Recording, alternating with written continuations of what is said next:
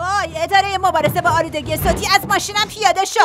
خیال کردین همینجوری راحت میتونین ماشینمو بدزدین؟ الان تکلیف جفتتون رو روشن میکنم. نه باشه گوش کن، ما دوتا اصلا دزد ماشین نیستیم. این دوستم راننده چهارچرخه آب نباتیه. باز ببینین تو پیست کوچولوی خودش با ماشین ویفریش که با هم درست کردیم چه جوری مسابقه میده.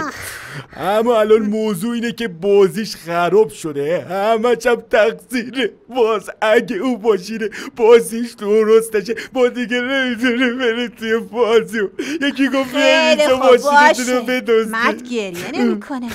البته واسه این ابراز شگفت‌انگیز احساسات و ضعف احترام قائلم. ممنون. درک میکنم، باور کن واسه ما هم دوستی خیلی با ارزشه. نه بچه‌ها؟ بله ما مثل یه خانواده ایم. معرکه است.